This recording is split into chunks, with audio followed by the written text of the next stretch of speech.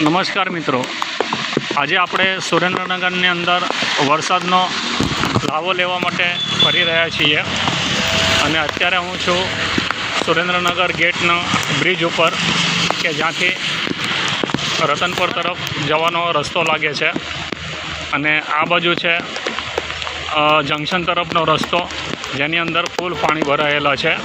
એ આજે તમને દેખાડીશ સુરેન્દ્રનગરના વરસાદના હાલ હવાલ.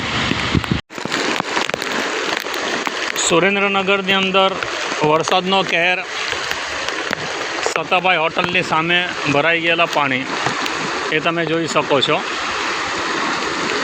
લગભગ 1 ફૂટ જેવું પાણી ભરાયેલું છે અહીંયા અને પોલીસની વેન અને એ બધાને રાઉન્ડ અપ ચાલુ છે અહીંયા.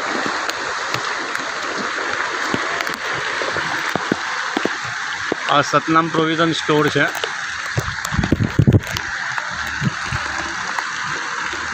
Shri સતનામ provision store.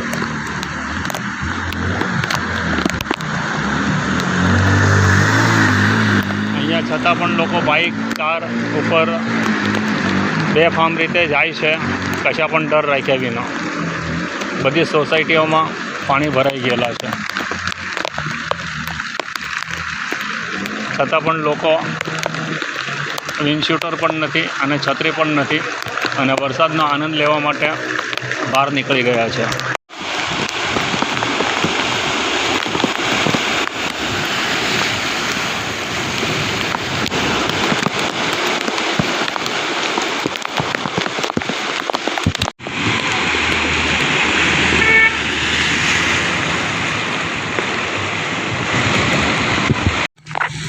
આ છે સુરેન્દ્રનગર ગેટ ઉપરનો બ્રિજ છે અને ત્યાંથી આપણે જવાનું છે રતનપરના જોરાવરનગરના બ્રિજ ઉપર. ત્યાં કેટલા ભોગાવો નદીની અંદર પાણી ભરાયેલા છે એ જોવા માટે અને એનો તમને ફૂલ શૂટિંગનો લાવો લેવા મળશે. તો ચાલો મારી સાથે. આ જે રેલવે ટ્રેક દેખાય છે તે ભાવનગરથી આવતી ટ્રેનોનો રેલવે ટ્રેક છે અને મારી પાછળના ભાગમાં સુરેન્દ્રનગર ગેટ સ્ટેશન છે. આ છે સુરેન્દ્રનગર ગેટનું સ્ટેશન.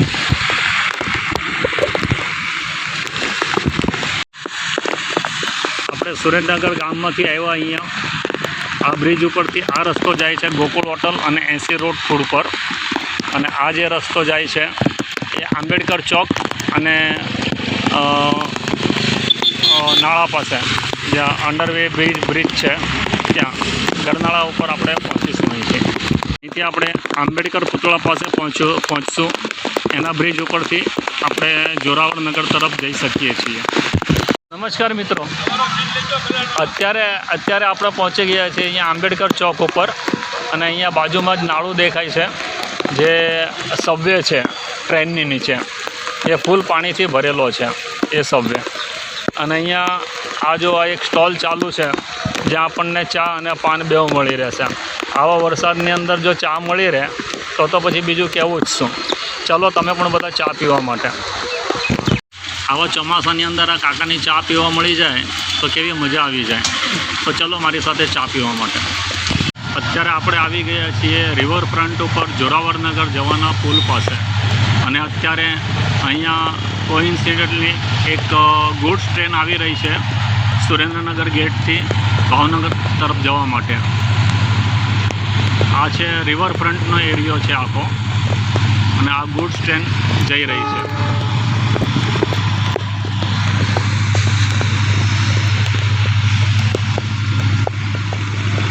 આ સર્કલ છે કે જે જોરાવરનગર જવાના બ્રિજ પાસે. હવે આપણે અહીંથી કરીશું ભોગાવો નદીના દર્શન. આ સર્કલનું નામ છે વાળીનાથ સર્કલ અને આ જે બ્રિજ છે એ જાય છે જોરાવરનગર તરફ. આ છે મિત્રો ભોગાવો નદી. સતીશ્રી મિનળદેવીને અહીંયા વઢવાણમાં અગ્નિ સંસ્કાર પોતે કર્યા હતા ત્યારે શાપ આપેલો કે ભોગાવોમાં કોઈ દિવસ પાણી નહીં રહે. કદાચ એ સત્ય હકીકત પુરવાર થઈ રહી છે. ગુજરાતની બધી જ નદીઓ જ્યારે પાણીથી છલકાયેલી છે પણ આ નદીની અંદર ફક્ત આટલું જ પાણી છે અને બીજે ઠેકાણે ક્યાંય આપણને પાણીનો છાંટો જોવા મળતું નથી. આ તમે જોઈ શકો છો. આજે 350 વર્ષ પછી પણ મિનળ દેવીનો ચાપ કદાચ કામ કરતો હોય એવું મને લાગે છે.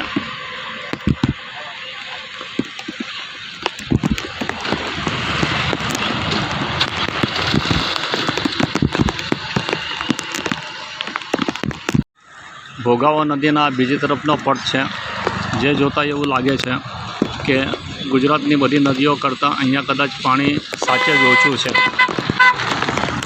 આ તમે જોઈ શકો છો મિત્રો. આ જે બ્રિજ જાય છે તે જોરાવરનગર તરફ જાય છે.